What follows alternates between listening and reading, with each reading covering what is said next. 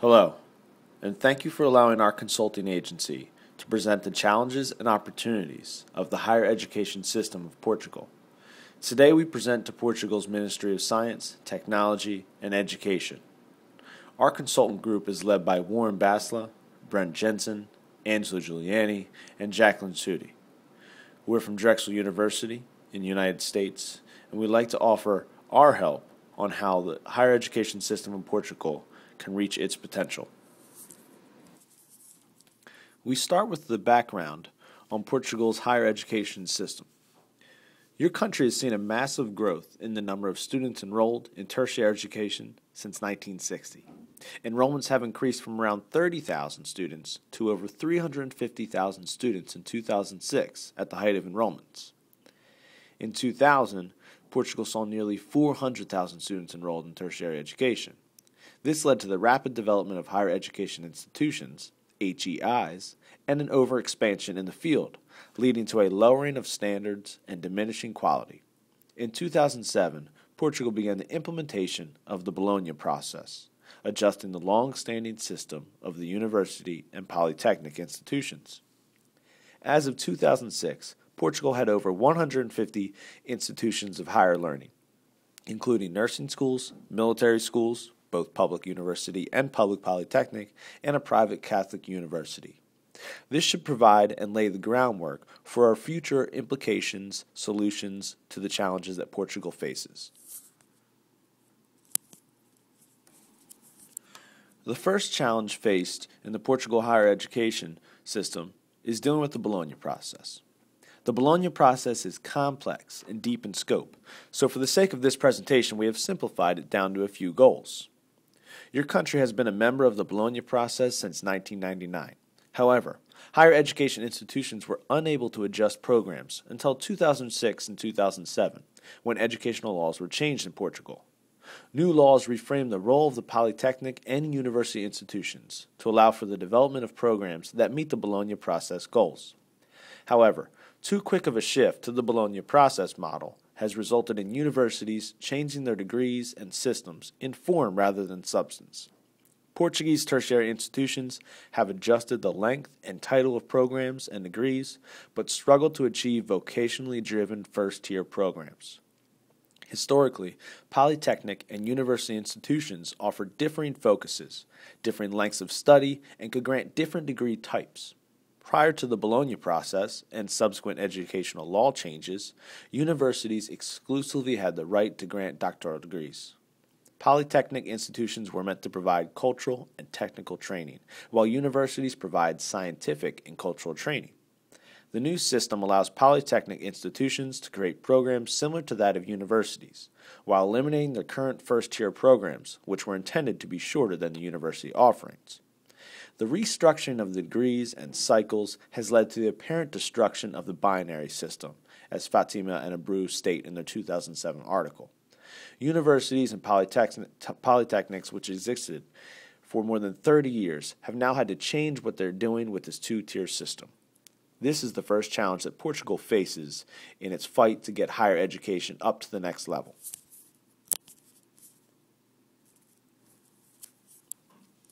However, there is a solution to this first challenge. Using the Bologna process to rewrite and increase regulatory controls and quality assurance will lead to an increased qualification levels and reduced dropout rates. After years of expansion, they can renew focus on quality, diversity, and development. Also, you need to simplify the binary system, continuing to use two-tier system as a means of differentiation between offerings. An example of this would be research-based versus liberal arts or junior college to university. Despite European graduation standards and testing, maintain the national standards and requirements above and beyond the requirements noted in a diploma supplement.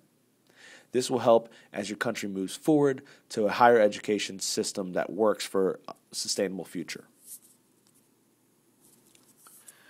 The second challenge your country faces is privatization.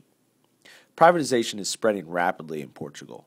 This quick expansion of private tertiary level programs is outpacing the ability for the country to standardize basic requirements and necessities for students, higher education institutions, and the state. Without a national quality assessment system in place, Growing private programs are causing many problems for student education and public universities and polytechnic schools. Student enrollment has reached a point of stagnation in the 21st century, yet more private HEIs are springing up. This imbalance in supply and demand creates no profit, which is a must for private institutions. Private universities and polytechnic schools offer a narrower range of degree programs than their public counterparts due to being in the infancy stage of existence, as well as long course program approval periods.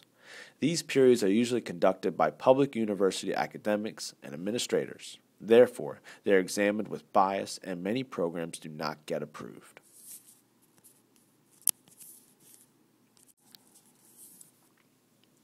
There are a couple ways we can combat this challenge of privatization. Private universities and polytechnic schools are not meeting the demands and standards of the national universities.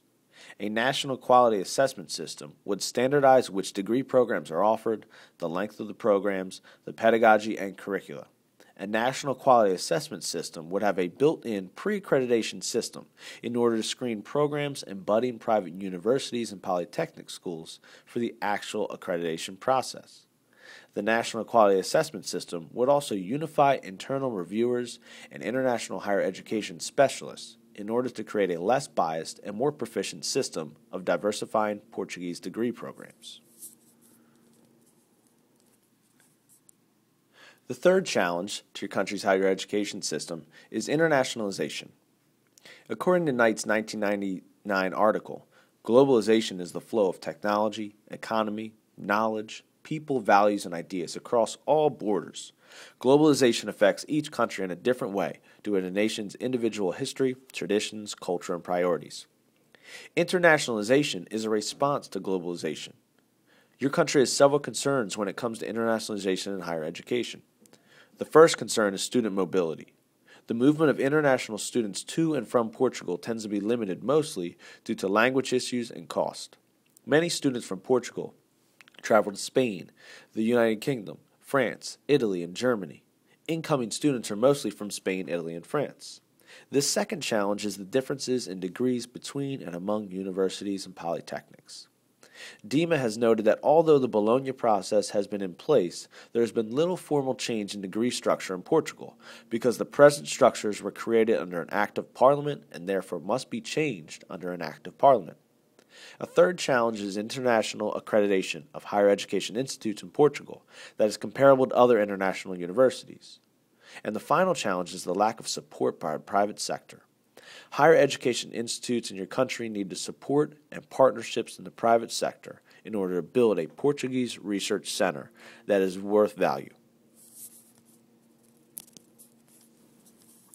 A solution to this problem of internationalization is a policy that addresses the mobility of students and may allow students to transfer between universities and polytechnics and credits change between countries.